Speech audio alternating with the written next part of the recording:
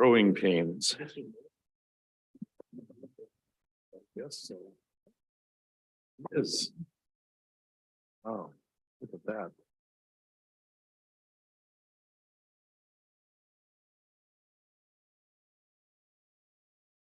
Okay. All right, thank you. Thanks, Gloria. Good evening, everyone. Welcome to the regular meeting of council of April 5th. I'll let everybody online know we're working with some new technology. So apparently the microphones are working much better. And we'll hopefully the rest will cooperate.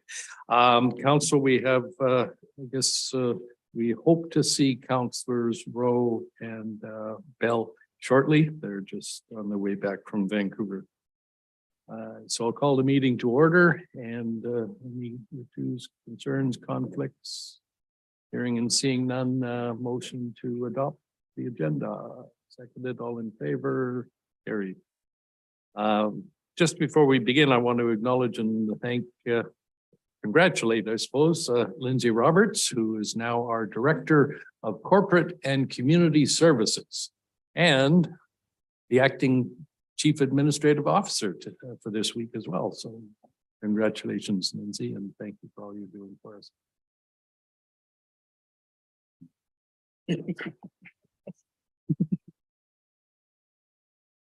Then we'll move to delegations and Ms. Gordon, if you'd like to come up and have a seat, please. Our protocol is that I understand you have two people that wish to speak. We do have a 10-minute limit for the delegation, so if you can judge your time and your comments accordingly, that would be appreciated. My name is Judith Gordon, and I would like to discuss the April Food Bank Drive. Food insecurity is a serious issue throughout our province, across the Sunshine Coast, and here in Sechelt. In Sechelt, our food bank usage has markedly increased. Thank you. Not only have the number of first-time users increased, but clients have returned who haven't been at the food bank for a couple of years. They are returning in greater and greater numbers. Our local food bank is struggling to meet the needs. Appeals are made to the public several times a year by the food bank and other organizations. For example, the Scouts conducted a drive in the month of March. We started our food bank drive on Saturday, April the 1st. You may have seen folks outside the supermarkets. We are very grateful for the support showed across the coast. St. Bart's in Gibson's raised $4,000 and 10 carts of food. Salvation Army raised $850 and 10 boxes of food, and Sechelt raised $4,000 and 25 boxes of food. This was outside the IGA, the Independent, and Clayton's.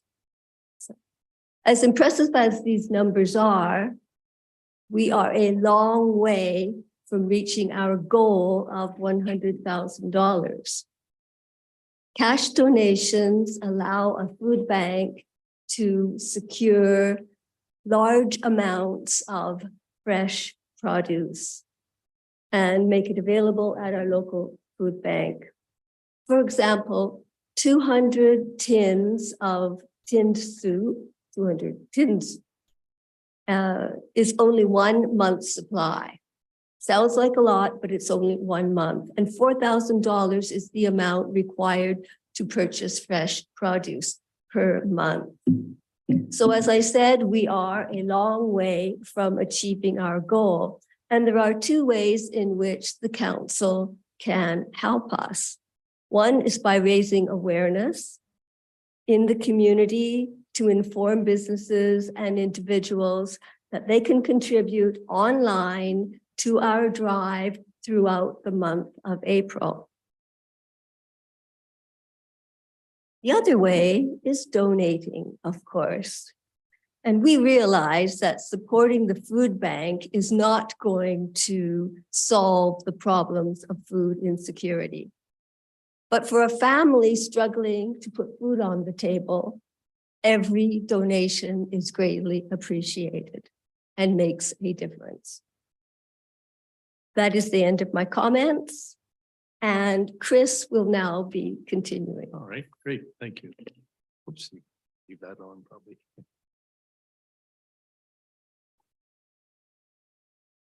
Thank you, Nice to see you Judith. again, Chris. Nice to see you again as well. Thanks, Council. It was unexpected for me to be here, but since I have the microphone, I may as well say a few words.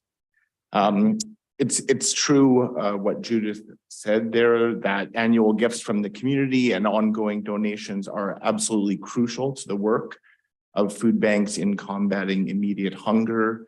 And these quarterly drives for cash and cans do replenish the shelves and the back rooms of food banks and pantries for a week, for a month, for a few months.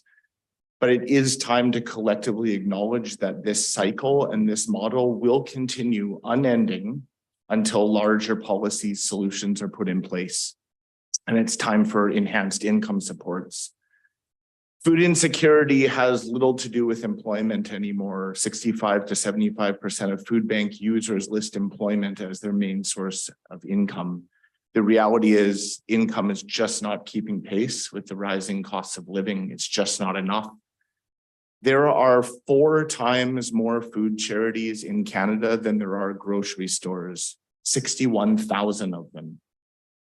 It's time for actors in the charitable food sector to expand their core business beyond the provisioning of weekly food hampers to participate in shared calls for proven solutions to decreasing food insecurity. And those solutions all revolve around putting more money in people's pockets who need it. Pandemic supports that prevented millions of Canadians from falling into deep poverty have now been mostly retracted, and gains in poverty reduction and food insecurity cannot be expected to be maintained. The food banks and other charitable food providers on the Sunshine Coast will do everything possible to help our community during difficult times, and we are so grateful for the contributions of our community to help us with this work.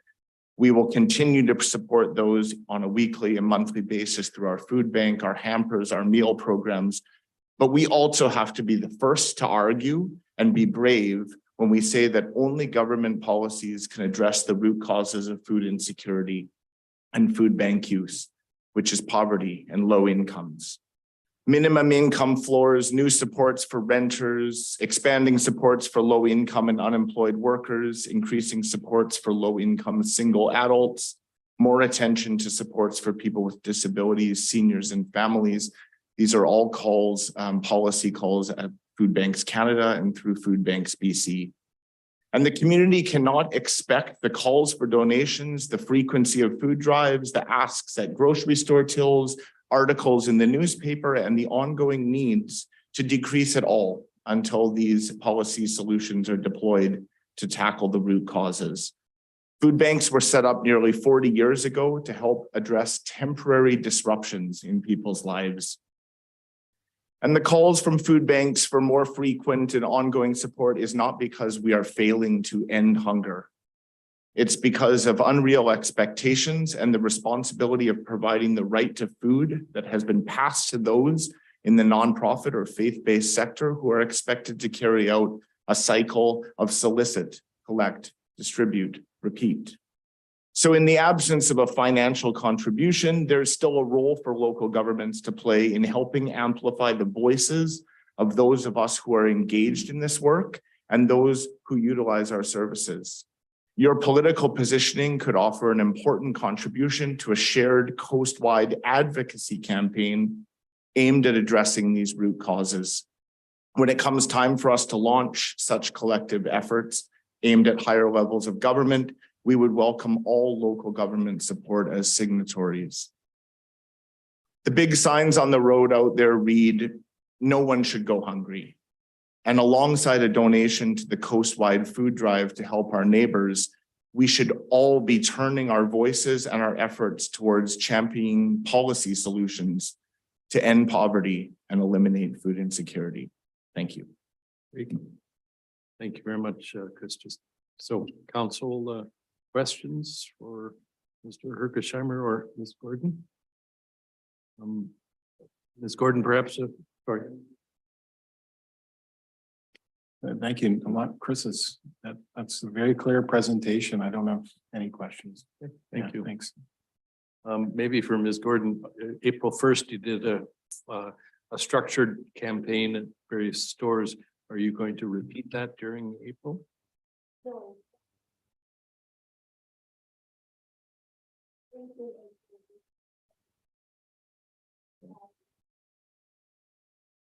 Yeah. That's why you're here. Yeah, great. Okay. Great. Okay. Saw Councillor Bell. Oh, okay. Thank you very much. Yep, we'll, I'm sure all of us understand some of the challenges and appreciate all your work. Let's make sure we council spread the word to who our friends in the community to support the food bank. Councillor Top, please. Thank you. Just between the 7 of us, we know a lot of people and have a lot of contacts. If you've got a 1-pager or a 2-pager that we can distribute out to our networks, we can help get that word out fast as well. Just council@seashell.ca. Yeah, that goes to all of us.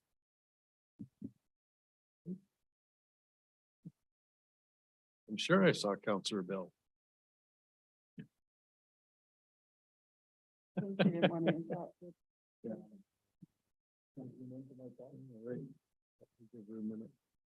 Okay. No, come on in. Come on in. No, we're done. Hey, council will move on to item 4.1 and 2. It's in our agenda packages. It's my pleasure to declare yesterday as National Caregiver Day in the district of Sechelt. I just note caregivers are both people at home caring for others and people that are doing such wonderful work in our seniors care facilities and all over the community.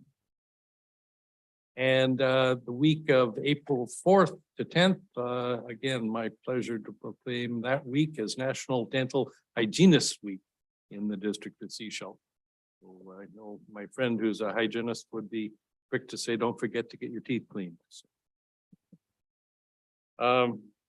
Council, we've got some minutes in front of us. So we'll start with 5.1, the meeting of March 22nd. And any issues, corrections, amendments? If not, I'll entertain a motion to adopt. Seconded, in favor. Opposed, carried.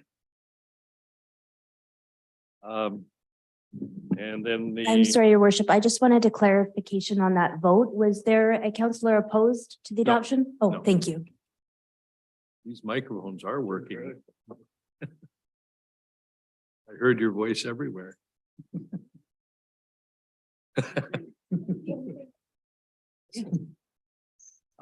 Council, we have the minutes of January 11th, the special meeting. Same thing. Any motion to adopt, please? Seconded. All in favor? Carried, opposed, carried. And March 15th. Any questions? Yes, Councillor McLaughlin, please.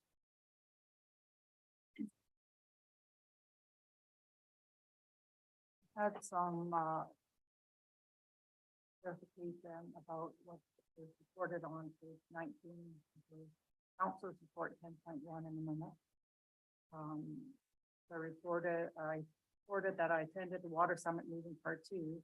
We attended the reconciliation meeting with the Sechelt Nation to address the water situation. I don't think that's quite what I said or I'm not. What I was went back to the YouTube to listen to it. Mhm. Basically, instead of saying that, I think that I would like to say that there was a sub-theme of reconciliation. And also there was, I suggested that we work together for a strategic planning. And that was the point, and it was also supported by the. We didn't want to leave that as a meaningful comment. Thank you. So, okay. You bet. Great. Since we're on page 19. No.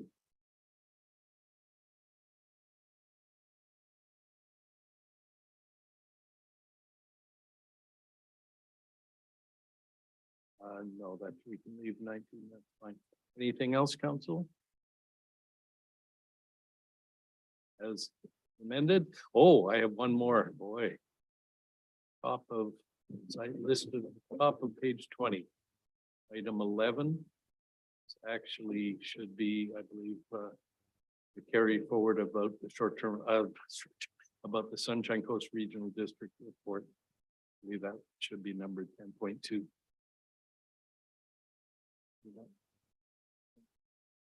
Okay.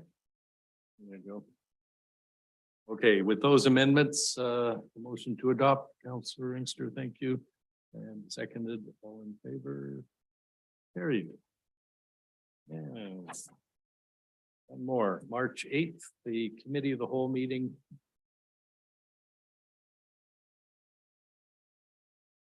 Anything anybody wants to raise?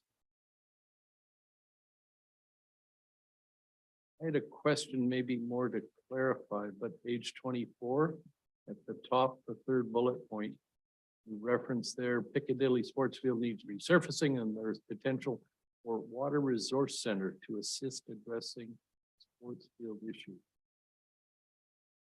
Not sure anybody on staff don't remember that. I don't understand how the Water Resource Center would be helpful to the Piccadilly playground.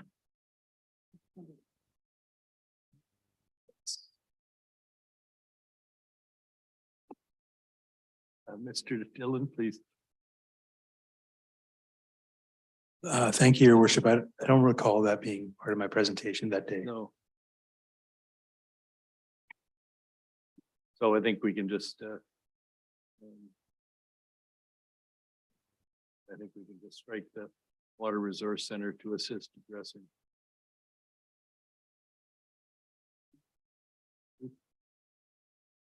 Thanks for noticing that. I hope we can get some clarity on that issue, the sports fields and the huge need for users groups to make use of the field right now with the problems, water problems is, I think we're gonna hear a lot soon from a particular user group. So I hope we can get some information back as to what that actually said. We're gonna start feeling some, just as a heads up to council, we're gonna start feeling a little bit of pressure from one of the user groups. Right. Yeah. Point taken. And I think the general tenor was that staff will be working on trying to improve the fields now that we're getting into the hopefully rainier season. Also,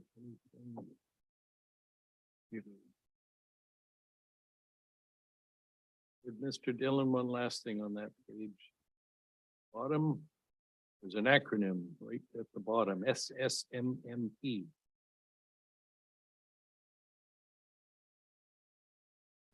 Sorry, I meant to reach Thank out to you. you. Thank you, Your Worship. That stands for sanitary sewer Look at that. It's a- modeling and master plan. Thank you. That I will stop pushing my luck. Anything else, council, any other adjustments? Not a motion to adopt, I think as amended. It is. Good to have, so a motion to receive as amended. All seconded, all in favor? Oh, unanimous, thanks. Okay, so we can go to page 26 and we have Ms. Stepovich, who's going to talk to us a bit about road names. Thank you, Your Worship. I have a brief verbal presentation. The community charter allows for municipal councils to assign names to highway by bylaw. A road names bylaw provides a list of names to be assigned to new roads that get dedicated during the subdivision process. Right now, we have a number of subdivisions requiring road names to be assigned. In 2021, council directed staff to design and trial a process for soliciting community input on new road names towards creating a reserve list. And this was really to involve the community. The majority of suggested names that came back fell into nature themes such as plants or wildlife and astronomy, for example. The list of names in the proposed bylaw follows the selection criteria contained in council's road naming policy. Staff presents the road names bylaw for first, second, and third readings. Thank That's you. it. Your questions? Oh, council, do you wish to speak or start with the motion? No? Speak? That's fine. I'd like a motion to table that. I think it's not important right now. Especially considering reconciliation and the naming of things and thinking, especially coordinating with the First Nations to try and move forward by Sounds giving them input. So that's a motion? Yeah. Okay. There's no discussion on that. Need a seconder? Okay. Council Toss seconds for discussion. No, there is no discussion on the motion to table. Yes. So I'll call the question. All in favor of tabling this? Opposed? The motion is defeated. Okay, Councillor Shepherd. Just to follow up on Councillor McLean.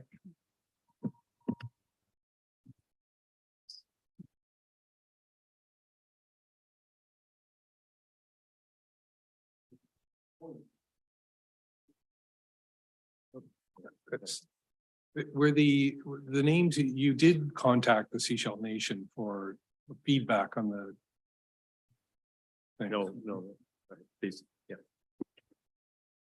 So when council adopted the road naming policy, that policy was referred to the Shishal Nation. And they requested that they be included in the referral. And so should council give 3 readings of the bylaw tonight, staff would then refer the list to the Shishal Nation for comment and bring it back to council. Thank you. Councillor Tom. Thank you. I don't think reconciliation would preclude us from moving forward with these names that are presented here. This list is a list that developers can pull from, but developers can also apply to use other names. The developers find that reconciliation is important to them.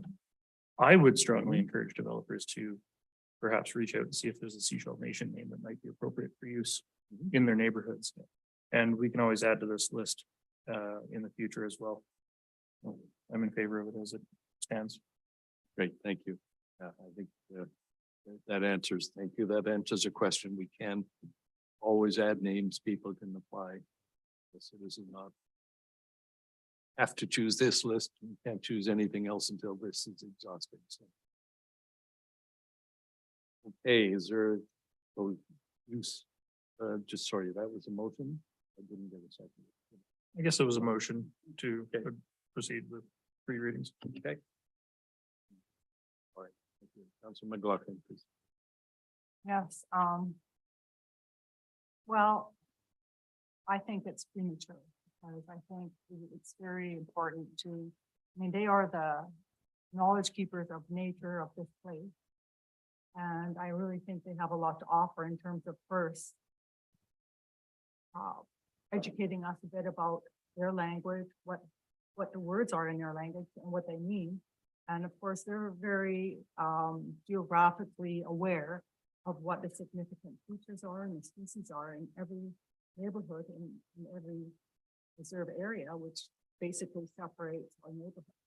So I think also in terms of just branding Seashell, I think it's important to think about kind of honest, authentic, nature-based thinking and ideas. And I think it's also good for promoting tourism in the future. And of course, we want Seashell Nation to be our partners in that. So when I look at one of the lists, the list of names, Kitty Cat Lane, Teddy Bear Lane, Unicorn, I think, I mean, to me, that's kind of insulting. And I just think that we could come up with a better mixture of names that are appropriate and move forward with something that's shared. And shows sharing and caring, which I think is sort of a theme that I would like to keep going forward. Thank you. Councillor Bell. Pardon me if I'm a little bit tired, but and may not be clear on this. But I'm just wondering, do I understand now that this, if we now make a motion for this to go to the next step, the third reading, then this goes to the nation and they look at this and they could look at this and say, I don't agree with these names. At that point in time, then it would come back to us. And then we could go for further discussion around, and also we'll be asking them for their feedback and suggestions as well. So it's a completely collaborative process then, as I understand going forward. Okay, I think I understand a little better now then. Thank you. Great. Okay, thank you. Okay, Councillor Tom. Just a real quick one. Given that we're talking about referring this to the nation and we notify emergency services, registrars, things like that. I just wanted to confirm if this has gone or if this will go to the community associations as well, as part of the referral process. Thank you. Stepovich. If you desire that it go to those associations, we can certainly do that. It's not required. I mean, it's not procedure that's listed in the policy, but there is the ability for the director to look for whatever feedback. Right. That's fine. Thank you.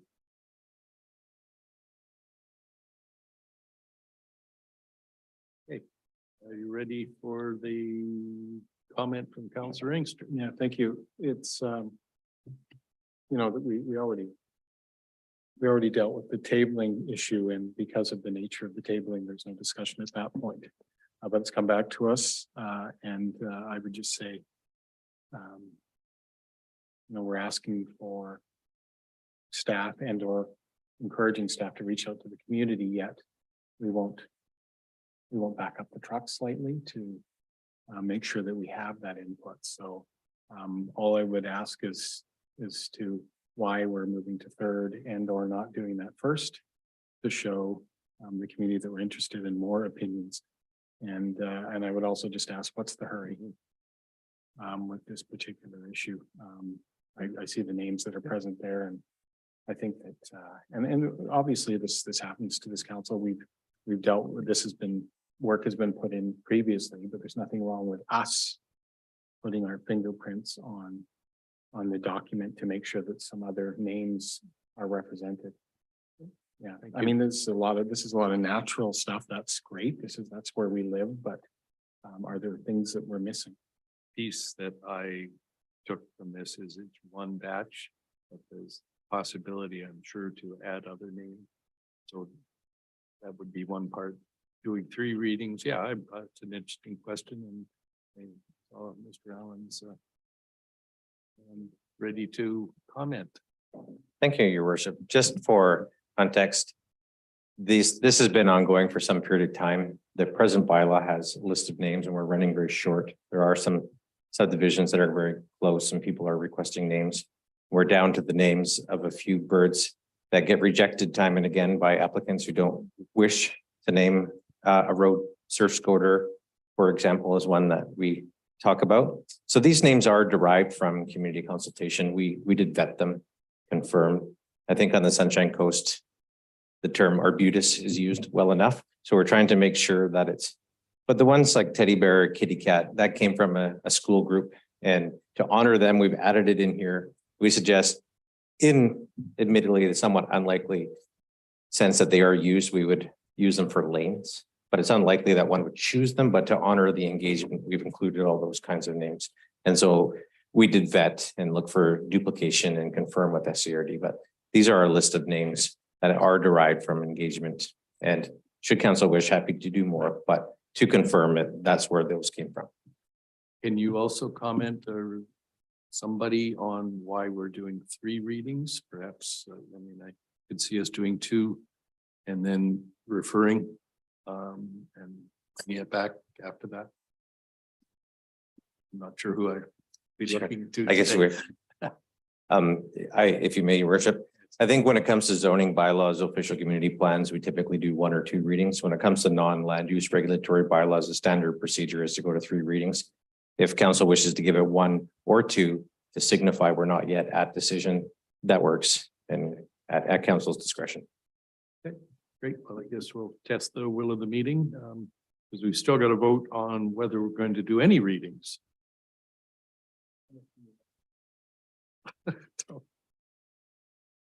So we have a motion that I don't believe, well, I'm going to second it to make that part that we consider giving 3 reading. Yes. According to the staff recommendation.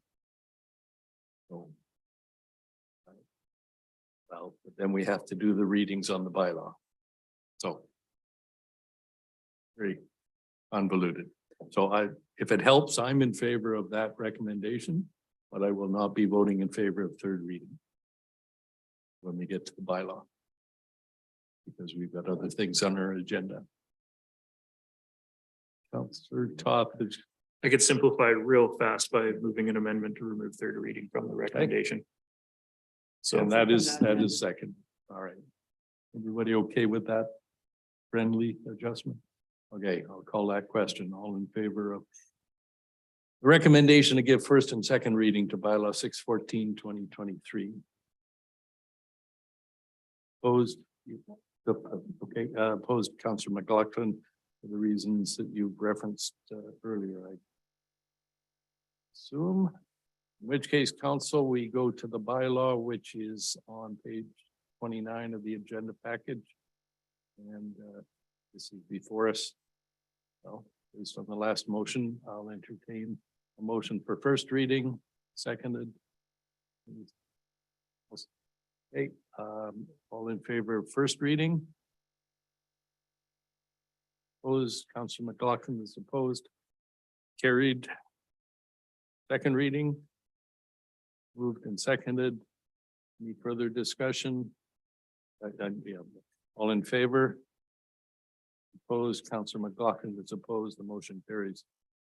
Okay, we'll leave it there. Thank you. We will be selling Kitty Cat Lane at a premium price to developers.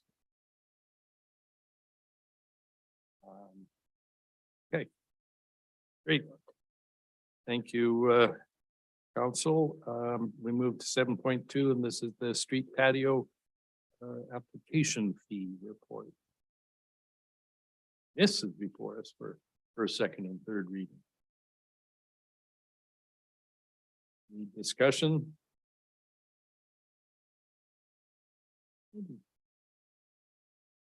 Okay, you ready to move? Go ahead, please. Or just a question. I just making assumption that these patios were very well received by the community. Is that correct? So, yeah. Yeah. So we did get good feedback. But yeah, I mean, I sure have enjoyed it Mhm. sitting out there. So I just was curious what kind of feedback we got from the community. So very supportive of this. It's great. Thank you. Councillor McLaughlin, please. Yeah, thank you. Just a comment, because I do live in the village, is that sometimes we live in a very rainy climate and there's canopies over the doorways. And now in some cases, there's patios that, seating there. So it forces people that are walking on the sidewalks to no longer have cover of those canopies because there's seating in there. So it's just one thing I did notice that is sometimes we're living with it, but it is a bit of a negative aspect. Point Thank you. of clarification, we're talking about the patios that are on the street. The two that are, this one relates to the Cowrie, the two on Cowrie, not on the sidewalks. That case, the shortage would be taking up a parking spot. Yeah, Yes, thank you. that is true. Yeah. On that, my question is, like, this is a 3-year, sort of getting ahead, but this is a proposal for 3 years. Will they come down in the winter? Yeah. Okay, so council, your pleasure on page 31, recommendation. Willing to move recommendation 1, the council give Thank first, you. second and third reading to District of Sea Shelf.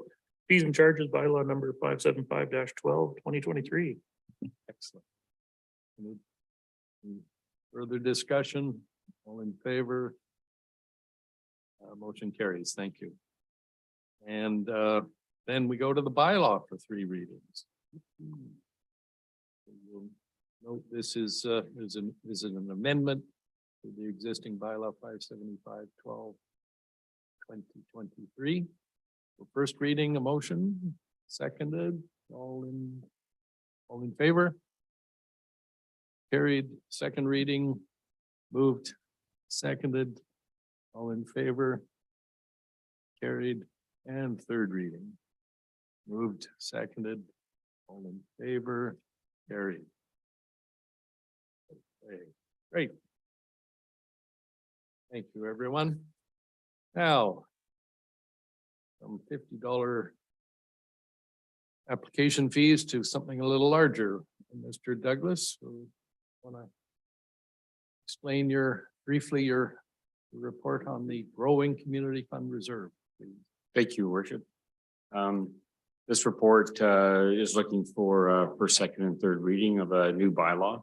The bylaw is to hold the funds that the province passed us under their growing community fund program. The district of the district of Sea Shelf recently received $3.7 million from the province. And as part of receiving those funds, we must place those funds into a reserve under section 188 of the community charter. So this basically makes it, a statutory reserve. Funds can only be spent from a motion of council, and it is required. Some additional information there just shows what the projects, eligibility projects are at the middle of the report. And included is the bylaw. Very good, thank you. Thank you to the province for giving the taxpayers money to us. Councillor Inkster. Just a couple of questions to Mr. Douglas and Mr. Douglas, it's okay. We had a former administrator that called Sea Shelf Peachland for 3 years. So I forgive you. Councillor Inkster. Thank you. Yeah. Anyway. So I was just wondering where, once this bylaw is created and we put it aside, I'm assuming it goes into a bank account. It's put somewhere. I would like to know if there's interest paid on that bank account. Absolutely. Okay, We put it into a high interest savings account. yeah, And we are getting, really good return right now on those funds. really good return. Really good. Nowadays. Yes, Okay, Yep. those are, better than last year. yeah, I mean. Any other questions? Yeah, that's just, these are, I'm just saying to council that with the interest we get returned on some accounts with the principal still in place, these are opportunities for little things like food banks. Just letting council know this is interest on money that the principal's not changing. So we need to be creative, and I'm just suggesting Okay. that to council. So just Yeah. a point of clarification, this is available for the uses in the report. No, what about the interest though? So And the interest.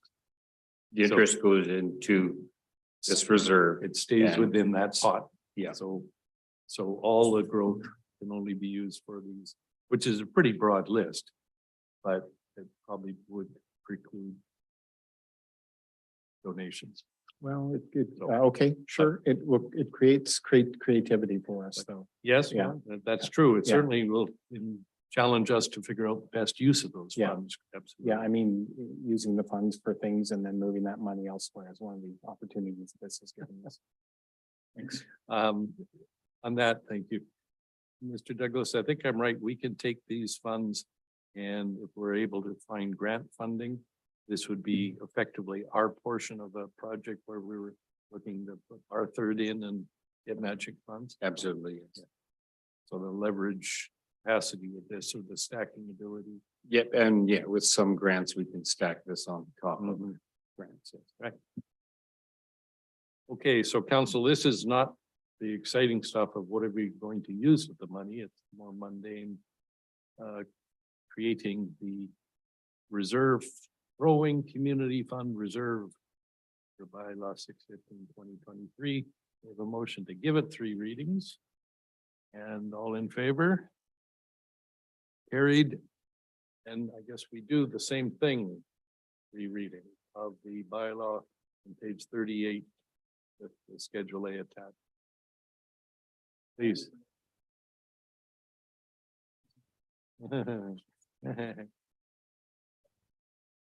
Yes, would love that procedure, sorry, so I don't have to say the same thing 3 times, but are we?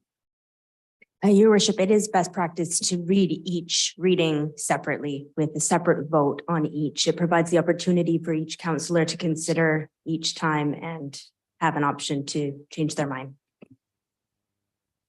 Yes. Okay. For now, let's follow the advice of our staff and we'll work on this in the future. So a motion for first reading, seconded, Councillor Inkster, all in favor. Carried, motion for second reading. Seconded, all in favor. Carried, motion for third reading. All in favor, carried. I put my hand down there.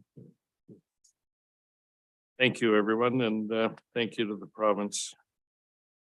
We move on to item 9.1, the license to occupy by the SDBA, and this is for the 2 parking spots we referenced on Cowrie Street. Of our staff report and points of clarification that council would like. Where they are. We had my question answered. They'll be removed each winter. So, any other questions, council? Okay. In a motion. On page 40. Councillor Rowe, thank you. Seconder, Councillor Toth. Further discussion? Ready for the question? All in favor? Opposed? Carried. Thanks, folks. Now we get to 9.2 on page 50. And this is the property of 5883 Cowrie up the hill. And for the deep development permit for phases 3 and 4. And who is speaking to this, Mr. Kobelitz?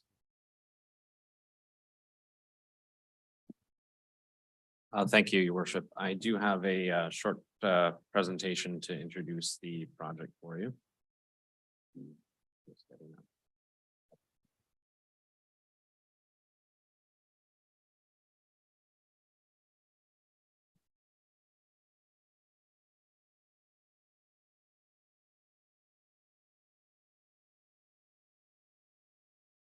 Do you want to give the council report? Oh, great.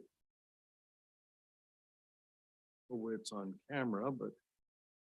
Screen sharing open. Pardon me for the delay here. Yep, no worries.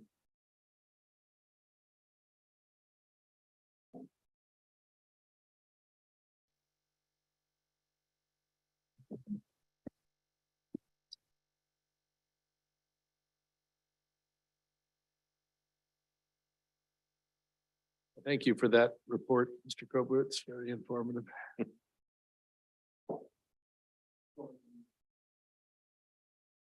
You are. The camera won't turn on, is that right? Mr. Counselor? Council, while we're getting that set up, is there anything that, oh, look at that. Thank you. So today I'm presenting a development permit for 5883 Cowrie Street. And as you noted, this is for a continuation of two further phases of a previous development where the two fourplex buildings were previously constructed. These buildings are going just to the west of those buildings on the slope above, with that existing driveway access to be shared. A new driveway will run parallel to Cowrie Street up behind the new buildings. And it'll be also two new buildings with 4 units in each. All of the units are 2-bedroom units with 2 units on the upper floor and 2 units on the lower floor of those buildings. The previous phase was completed in 2008. And so this is a continuation of that project, and the buildings have been largely designed to be in sync with what was previously constructed. The 2 development permit areas that are being invoked by this project are DPA 5 for steep slopes.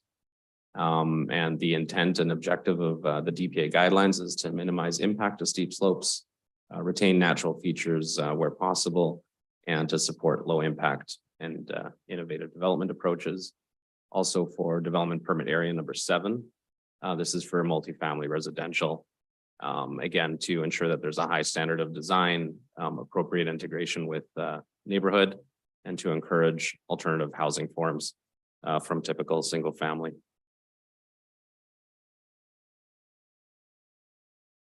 So the recommendation that staff is providing tonight is that due to site constraints being considered, that sufficient guidelines have been met with the proposal to consider approval of development permit 2021-17.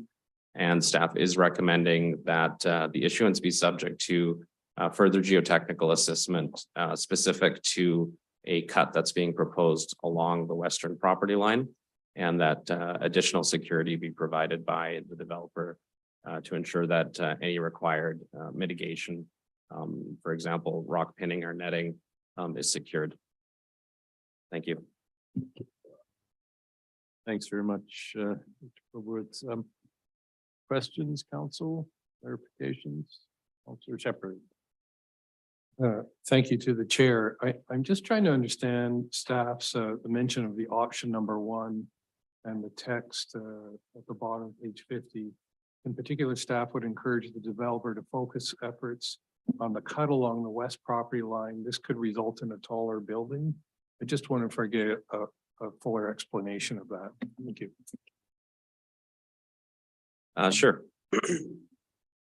So essentially, the way that the hill slopes presently to mount a foundation in a building that has single level access and whatnot, kind of without making a cut into the hillside, would essentially raise the building elevation quite substantially. And that's also because of the driveway grades that would have to be maintained to access those units along the top. So obviously, as the building goes up, the garages increase in elevation, the driveway would get steeper at a similar rate. So kind of balancing all of those factors together, this is the result. And considering those constraints and not wanting necessarily to have a building that protrudes above the hillside in an obtrusive manner, this is in some ways a compromise. Is that okay? Yeah. Councilor Bell, did you? Oh, okay. Councilor Todd. Thank you. I actually just wanted to sort of follow up on Councilor Shepherd's question with comments. In that on the bottom of page 53, it shows an illustration of that cut and the building set into the bedrock a bit there on the right-hand side of the image. So the paragraph underneath does recognize that the developer is committed to using mechanical methods like expanding grout to remove rock from the site. And I know blasting has been a point of contention with neighbors in areas in the past. So I do want to commend the developer for being willing to use a more expensive and labor intensive method than simply blowing the rock out. Thank you. Thank you. That's correct, I assume. Councilor McLaughlin, please. Yes, through the chair, Yeah. thank you.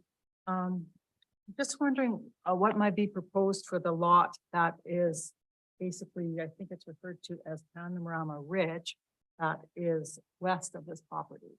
Is it part of an overall development plan, or is it unknown at this point? The property, if you will, above, uphill. Yes, where Yes. there's a huge Okay. granite Right. rocky knoll. So there has been, I know of some former plans. With this. I don't think it's the same owner or anything. Sure, through your worship. There have been various iterations and proposals for that property over a number of years, but we currently don't have an active application for anything on that property. It is zoned multifamily. So we would expect at some point to receive a development application. Yes, through the chair. I'm just wondering then, how is this conservation design if we're not looking at the geographic area of the existing strata, this proposed strata, and then maybe another strata behind? And I'm also concerned about whether there is an established strata there now, because people have been living there, I guess, since 2000, designed since 2008. And yet there's going to be more additional strata added to them. So plus a construction Okay. timeframe. That's, Yeah. so one thing at a time. I don't know that it would merge into the existing strata. Hopefully that's within our purview, but. Mr. Crowley? Through your worship. So when a strata is established, this is what's referred to as a phase strata. There's an agreement registered on title that the existing strata is aware of, where the developer has pre-planned additional phases. So this was certainly always the plan from the outset, that there would be additional phases constructed. It has just taken a number of years for the developer to come through. There is a procedure by which a developer can elect not to proceed with a phase strata. That is done through the courts, and that has not occurred here. So the developer is still So they obligated will to be continue. adding into that. Yeah. Okay. That answers the question. Great. Yes, Mhm. thank you, Mr. Chair. I had heard something to the effect that the strata there is kind of in limbo. And so I wouldn't want to be there since 2008 and be waiting again for another phase. So it's something to consider, maybe when we're doing a strata, is how we can protect purchasers and owners from possible situations or conundrums they find themselves in. I would also like to have a little summary about how this is conservation design. Because to me, it doesn't really look like it. It looks like one building, then another building was put beside it. Now two more, pretty much the same buildings are being put behind it. And I don't see much creativity in terms of design. Especially if we don't know what's going on with that lot behind it. I think there was a huge opportunity to do a proper conservation design, especially given the steep slopes, et cetera. And like you say, cutting into the hillside, granite is not really a nature sensitive approach to designing with nature. So if you could just give me something to work with in terms of how this is conservation design. Thank you. Sorry to ask of me. Yeah. Thank you. So and I think that's outside our mandate. This is in accordance with the OCP, in accordance with the zoning, and our staff have been diligent in pursuing it. So if we want to change the look and feel of that neighborhood, then that would be something we'd have to look at outside of what we've already approved. Me through the chair, but the OCP does say that conservation design must be explored first, and I don't really see it here. Thank you. Councilor Top. Thank you. Bottom of page 61 does make reference to the conservation design site planning and sort of how it is partially met, not completely yet, completely met due to the geography of the site. On page 54, I think it was, give me 1 second here. Yes, on page 54, it shows a section cut of what the building driveway, cut into the embankment is going to look like. And I'm just wondering from a safety of the neighborhood perspective, is the developer going to be required to put some sort of guardrail or safety fencing, permanent safety fencing on the top of that cut, even if it falls outside of their technical property line based on the cross section here? So I hate to burden the western property owner with that if they're not causing the issue. I can speak to that. That is an issue that has come up and is something that we are working with the developer on addressing. It's unclear at this point exactly where that slope will be. But in talking with the architects, they have designed there to be enough buffer that there would be sufficient room to get a fence or because they may be required to have some sort of mitigation for rockfall hazards. So it's likely going to be much further inside their property line that they could, if required, put some sort of a fencing or something like that on top of that slope for safety. We would likely be deferring to our chief building official to give some insight on whether that would be a requirement.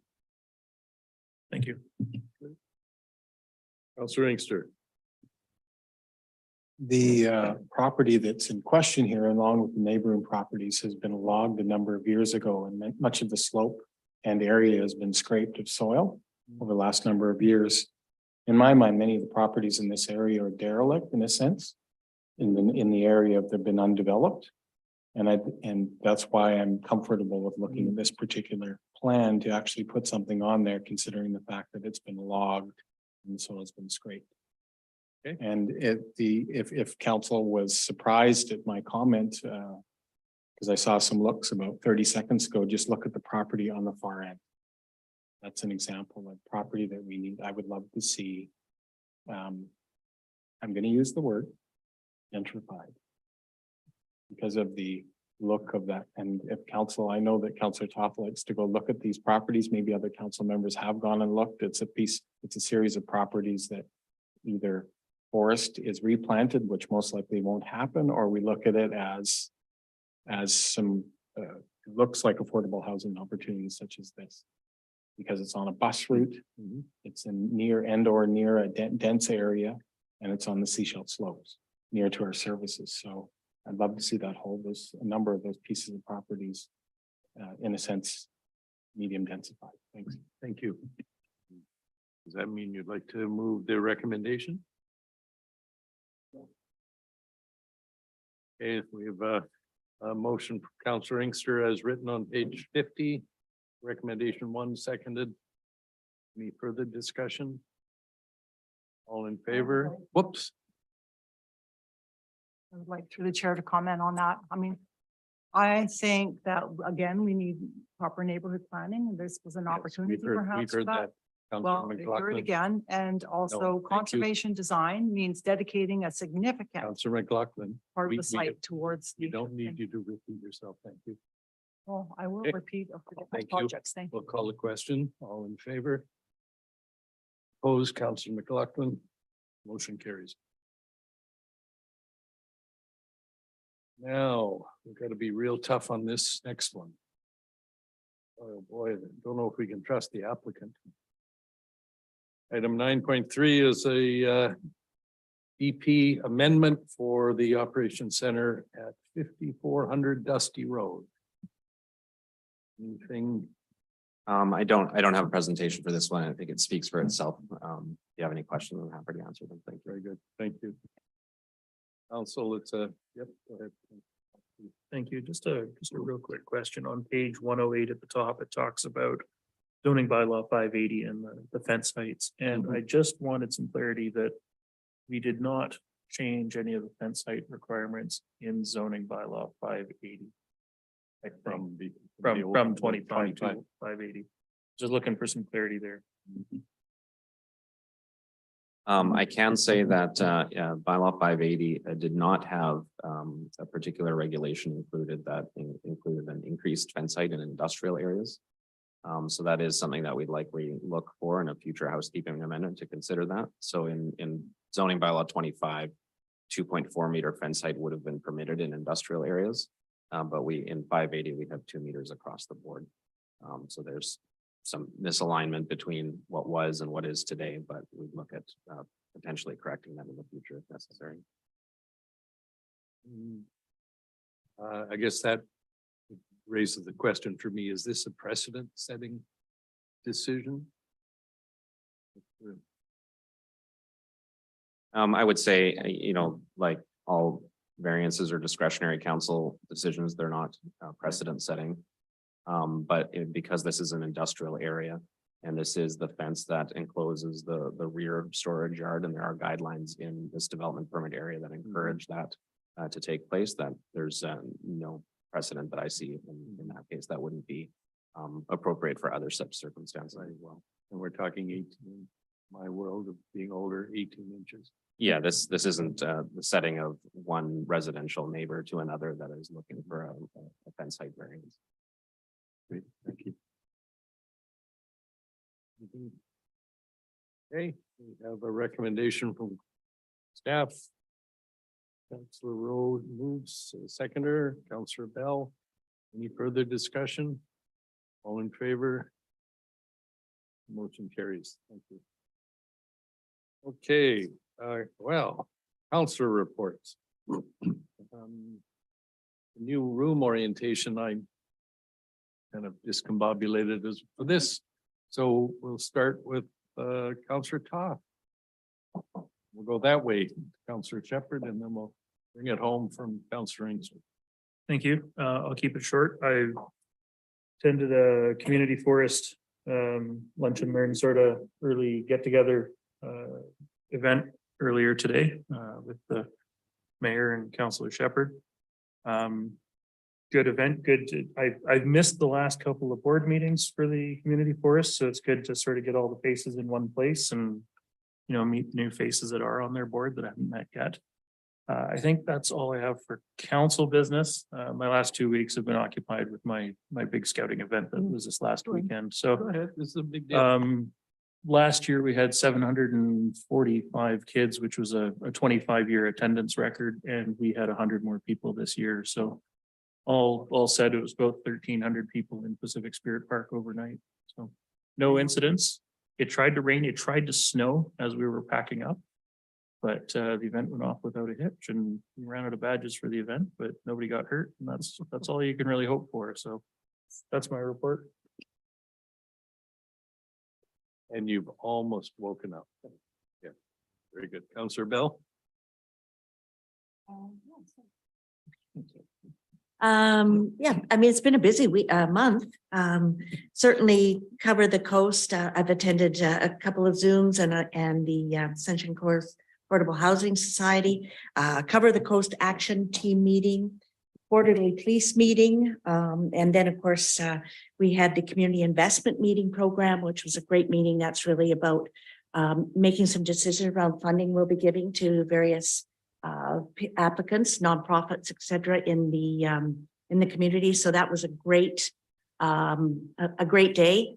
Lots of deserving people, and we spent a lot of time on a tremendous committee with lots of commitment to really do our best in making this a fair and process. So it was a great week. And then we just got back from our Affordable Housing Society. We'll talk more about that, lots more about that. And it was over probably, Brenda, 500 people there at least. And the focus was really all around affordable housing, homelessness. It was the provincial government has just unveiled a new number of different initiatives. So there'll be lots of opportunity there for, I think, some funding and some other resources and tools to come out. But it was very interesting in terms that they had one around rural development, which was great to see. Rural meaning that there were organizations there that were less than 10,000 population. And so that was great to see, because often what happens is with the funding and so on, that the big cities get a lot of the funding and a lot of the support and tools. So it was really good to see that room full of rural representatives, council members, and so on, and to see that they're designating an MLA to be in the head of this rural development area. So there's some good things coming, and it is very evident that this is a very, very serious issue right across the country, housing, homelessness. Those were, there was some very impactful work done today, so and over. So I'm looking forward to sharing that in more detail. And I feel very, what's the word? Inspired, exhausted, but inspired that we know that as a, I guess as I'll just speak for BC alone, that, we've got a lot of ground to make up in terms of housing. And I really believe there's going to be a lot of attention, a lot of resources, a lot of support. So I'm optimistic, feel real good about this, and it was a good 2 days. And we'll get a more fulsome report. Yes, we're gonna, Brenda and I are committing to do a PowerPoint presentation on highlighting what we learned, and the sessions, we attended different sessions and look forward to doing that and sort of highlighting what is really important to, to our community. So thank you. Thank you. Can't wait for Councillor Rowe's report. What she said, yeah. Councillor Shepherd. It has been a busy month. I think all of council have seen Scredo's response to the town's letter. So things are moving along there. They're going to present audited statements, then have their AGM. And so it's nice to see that progress. And I'm sure eventually they'll be coming to council to present their program for the year coming up. Housing Action Table, Councillor Bell mentioned there's some great movement there. I believe the table is close to or will be setting up a property management working group to see that formed. Community Forest, Councillor Toth attended the meeting today with a couple of us. Chamber of Commerce had their AGM, which Councillor Bell and I and the mayor attended, and still looking forward to, they're looking for office space, I believe, in Seaside Center, if it's possible. Also their program on Invest in Seashell. So I think that's something we'd like to cooperate with. We attended the farmers market opening of the season this last weekend. One of the lucky councillors got to ring the cowbell. Wonder who that was. 72 vendors. So that was great. It was a great start to the season. Attended the RCMP. We received a quarterly update and saw the appointment of a new staff sergeant, Jennifer Prunty. And information on their community social safety program, which I think dovetails with what one of council's priorities is. And lastly, the library board had their AGM and they are anxiously waiting, I think, news on funding of their extraordinary request for funding from both the district and the SCRD. Great, thank you. Thank you, Councillor Shepherd. All right, Councillor Inkster.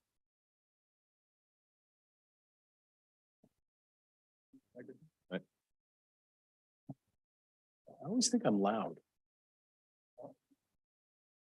Yeah.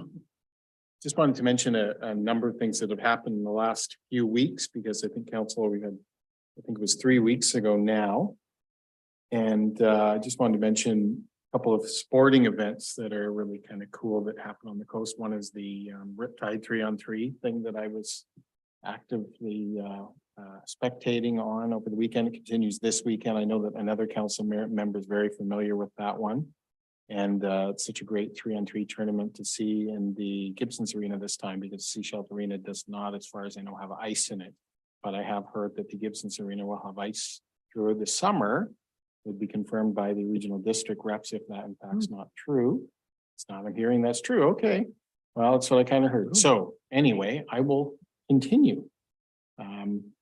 The other thing that I wanted to mention was the large soccer tournament that I was part of setting up and hosting at Shirley Macy with hundreds of kids I just wanted to mention to council that when you are on a board, which I am with that one, that you make all these decisions throughout the year, and it's just all about, you know, portioning of the fees you have and the refs and making sure there's coaches for all the teams. And then you get to tournament and 700 kids are there. So that's where you know what your decisions mean to those 700 kids and their families. It shows you all the decisions, all the work you put into the year. You see them all in one day, all the good decisions and the fun that the kids had in the sunshine that didn't turn to hail. So that was a really good, it's a really good day, and that's a soccer association, and they would really love to use the District of Sechelles fields for spring soccer, because we have such good fields, or did. I wanted to mention the chamber luncheon that was referenced earlier. I love going to those, and I just wish they would have asked more questions of you. Not to put you on the hot seat, just so that you could answer any ideas, concerns, and or input that they may have. I always look forward to the questions, because, you know, we usually know our game when we go to speak to them. So it would be good that we could impart some of what's happening in the district with more questions. I wanted to mention the conference that I was at a week ago that I've talked about previously.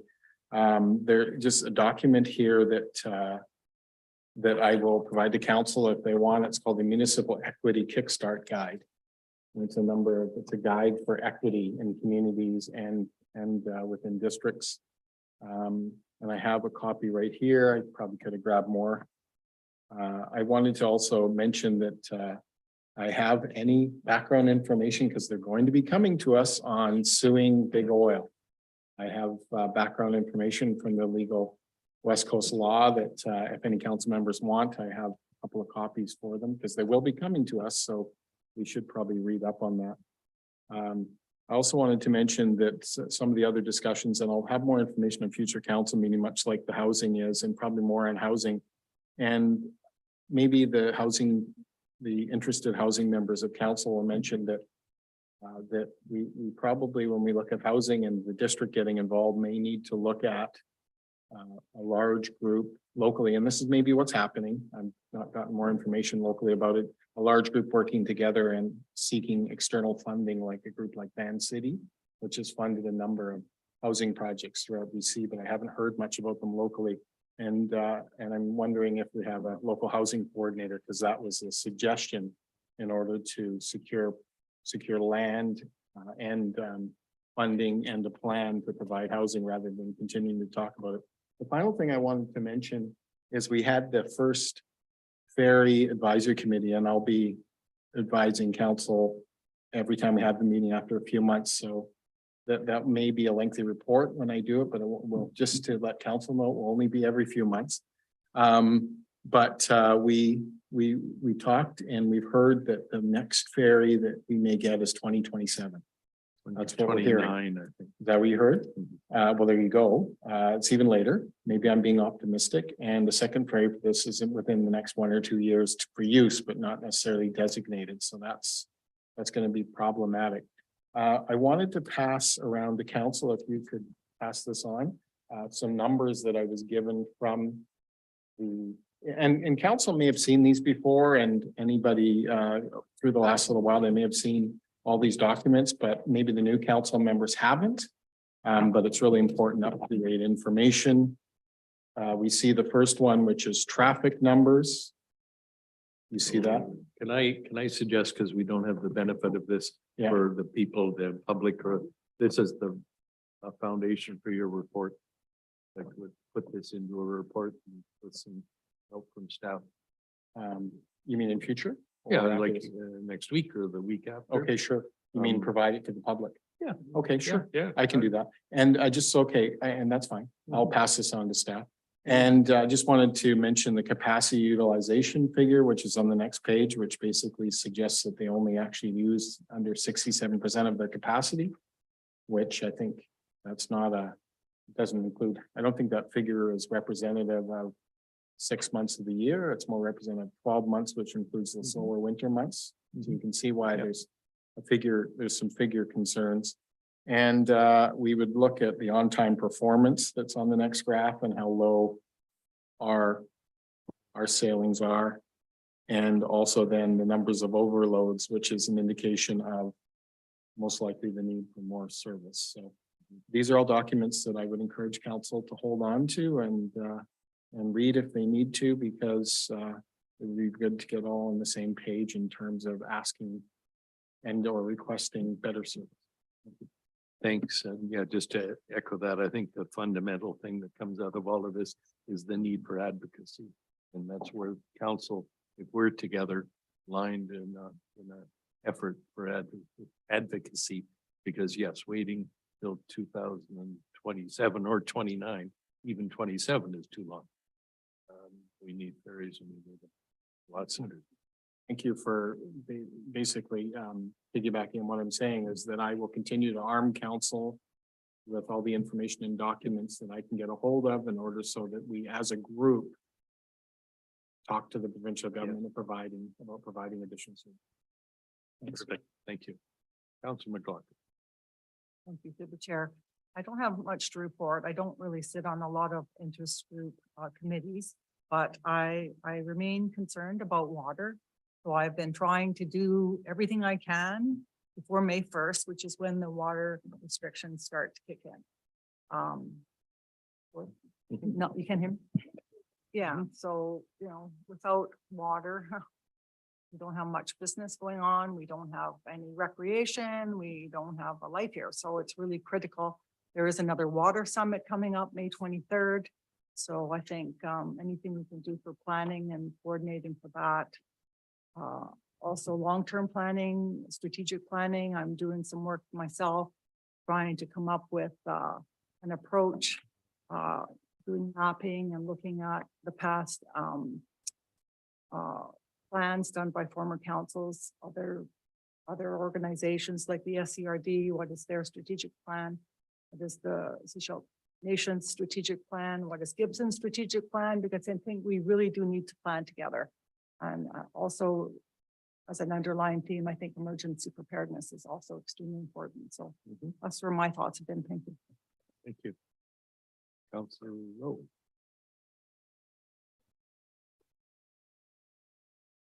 I don't have much to add above what Councillor Bell had to say, but I will just piggyback a bit on the housing summit that we just arrived off the ferry from. It was essentially organized by UBCM, and it basically all the breakout sessions helped to inform us of different aspects of the report that the provincial government presented this week. So, which is basically two of them. Together BC, which focuses on our housing situation and all sort of the programs and opportunities that fall within that. The other report that they released is Belonging BC, and that's around the vulnerable population, the unhoused, and the programs and opportunities that fall within that pocket. So there was a ton of information, and all the players were there. So this was a very high level. It was like going to UBCM in a smaller crowd, only 500 people, but ministers, assistant deputy ministers. And it was not just elected officials. The majority was elected officials, but also nonprofit, also builders, also developers. The whole spectrum of housing was represented. In fact, I don't think I sat at a table anyways that was all elected officials. There was a mix at no matter where you sat. So it was very well represented. And the reason which is the reason that we want to take a week or two to actually put all the information down, because as Councillor, yesterday we all went to the same sessions because there were no breakouts. Today we split up to make sure that we covered off everything, and it's everything from immigration to Indigenous issues to permitting and development approval process and et cetera, et cetera. So we will come back with a more fulsome report. And the mayor will like this piece, but between the opportunities that are within this provincial reports and the federal accelerator fund that was recently announced, really, they're going to invite us all to come up with some innovative ideas that serve our community as far as going after funding. So I think there will be opportunities there.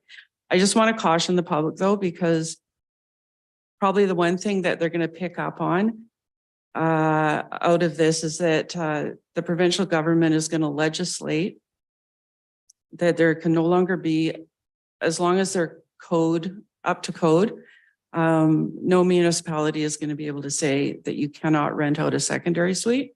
Correct me if I'm wrong, Councillor Bell, but I think I got it. And if you don't read too far in it, it's going to sound like every lot can have 4 dwellings on it. So that's the one that I really want people sort of not to panic about. First of all, they haven't even written this legislation. That's still in the works. So a lot of the questions actually can't even be answered yet, as in what size of lot are we talking about, for instance. But this is definitely where the provincial government is headed. And it really feels like they want to shift. They're looking to shift the way we think about housing as less of a commodity and more of a place to house our community members. There was a lot of staggering statistics. The one I'm going to leave you with, though, is in Surrey, that the hospitals in Surrey birth a school classroom every day. Think about that for growth. Anyways, back to the other piece of work that I've done in since our last meeting is met with staff to start to set up our community safety committee. And I think the timing is well with this new report, this Belonging BC report that has come out. I think there hopefully will be some opportunities there.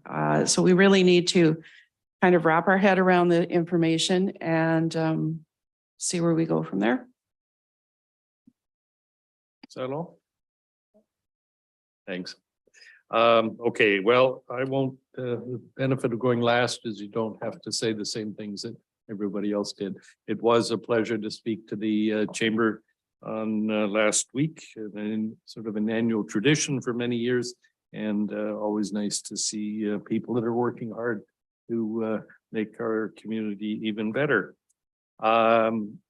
We had the honor to help Rona open 2 divisions, one here in Sechelt as mayor and the other in Madeira Park. And I want to give a shout out to the owner, Russ Jones, and his family. It's been a very difficult time, and it was an honor to be able to be there and help them celebrate amid some very difficult circumstances. Tomorrow at the SCRD, there'll be a discussion in our committee of the whole chaired by our Councillor Toth, who tomorrow becomes Director Toth or Chair Toth. The substantial update on where things stand with water. So hopefully people will tune in. And other than that, I want to wish my great niece a happy 1st birthday on April 1st. So Theodosia, happy birthday. Oh, how's that? Now, thank you. Councillor Toth for the SCRD report. You said just about all of it that needed to be said. Yeah, so committee of the whole tomorrow at 9:30, if you're available to come attend or even just listen on Zoom or on YouTube. And of course, if you can't attend, you can always watch it later on YouTube. Yeah. So it is forever. We'll be getting our first, I think it's the first regular water supply update. These come every year. They start at one point in the season, all the way through to the end of the season. So tomorrow is going to be the first one for this season. We're also going to be getting a report on some water supply scenarios and what that could look like through the summer, depending on what we get for precipitation or whether we get any more snowpack or whether we're stuck with what we've got sitting up in the watershed currently. And then there's, it's a lot of water tomorrow morning. There's a lot of water. That's really all there is to say about it. A little bit on, solid waste management plan starting, which will be future waste disposal, whether that's landfill, whether that's whatever. So tomorrow is sort of the kicking off of that solid waste management plan update. So that's going to be a multi-year process that's going to involve staff and elected from all of the governments on the Sunshine Coast. A lot of community consultation. So big agenda tomorrow morning, even though it's a short agenda. I think I'll leave it there. And just to clarify, a lot of water means a lot of water on the agenda. That's right. We don't have a lot of water. Our rainfall is actually below last year, so I want to echo Councillor McLaughlin's concerns that we do need to start conserving. We need to figure out creative ways to live within what we have, which isn't very much. And one thing that I took notes on, but forgot to mention because I'm looking at the wrong window here, is that the short-term updates for all of the projects, Church Road, Langdale, Marianne West, the reservoir, all of it. There is an update that has been posted right on the main page at scrd.ca. And I'll leave it there. And I'm getting a whisper that we're supposed to promote the podcast from Next episode's not out. local. Oh, okay. So I'm gonna take control again of this meeting before it rolls out of control. Council, we have some correspondence, 2 items in front of us. The first is appreciation to us for our celebration and letting us know about the recent announcement from the provincial government. So that is for information. And the second one, unless there's any comments on that item. And the second one is the farmer's market request for a letter. And is this the complete letter? Yep. So. Council. Everybody okay to send a letter of support for this worthwhile program? Okay. So I'll take that as a moved and seconded. All in favor of sending a letter? Carried. Oh. Acting CAO, are there any emergency items? And no microphone. Oh, dear. That's too bad. Okay, council, anything else? I'll entertain a motion. Happy Easter. That's this weekend, long weekend for many Yes. people. It is. So, Happy Happy Easter. Easter is right. Thank you for that. Counselor, Chair, Director, all in favor of adjournment? We are adjourned. Folks, hi. So we'll, okay? Yes, please, sir. There is indeed, yes. If you wouldn't mind coming up and just turning on the microphone, that would be great.